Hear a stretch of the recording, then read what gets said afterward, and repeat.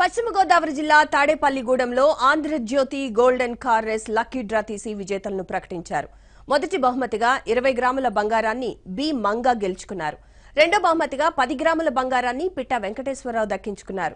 మరో 8 మంది 5 గ్రాముల బంగారు కాయిన్లను గెలుచుకున్నారు. లక్కీ డ్రా కార్యక్రమంలో సెస్సి స్కూల్ అధినేత బూరుగుపల్లి వేణుగోపాలకృష్ణ, ఎస్కేడి మహిళా కళాశాల వ్యవస్థాపకులు చిట్టూరి సుబ్బారావు, స్వర్ణ engineering college chairman Ramesh, ZPTC బుల్లి దొరయ్య తదితరులు ఇందులో పాల్గొన్నారు.